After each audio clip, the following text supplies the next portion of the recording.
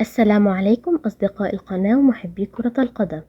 نقدم لكم في هذا المقطع موعد مباراة الأهلي وطلائع الجيش، وذلك في إطار مباريات الدوري المصري الممتاز ضمن منافسات الجولة المؤجلة رقم 13، حيث أن فريق النادي الأهلي يدخل المباراة وهو في المركز الثاني برصيد 48 نقطة من أصل 20 مباراة، وفريق نادي طلائع الجيش يدخل المباراة وهو في المركز ال11 برصيد 34 نقطة من أصل 26 مباراة.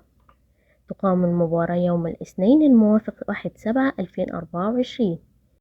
تبدأ المباراة الساعة 7 مساء بتوقيت مصر والسعودية والعراق والكويت وسوريا والأردن وفلسطين واليمن، وفي تمام الساعة 8 مساء بتوقيت الإمارات وعمان، وفي تمام الساعة 6 مساء بتوقيت السودان وليبيا، وفي تمام الساعة 5 مساء بتوقيت تونس والجزائر والمغرب. تذاع المباراة على قناة أون تايم سبورت 1. في النهاية لا تنسوا الاشتراك في القناة وتفعيل زر الجرس ليصلكم كل جديد من مواعيد المباريات العربية والعالمية.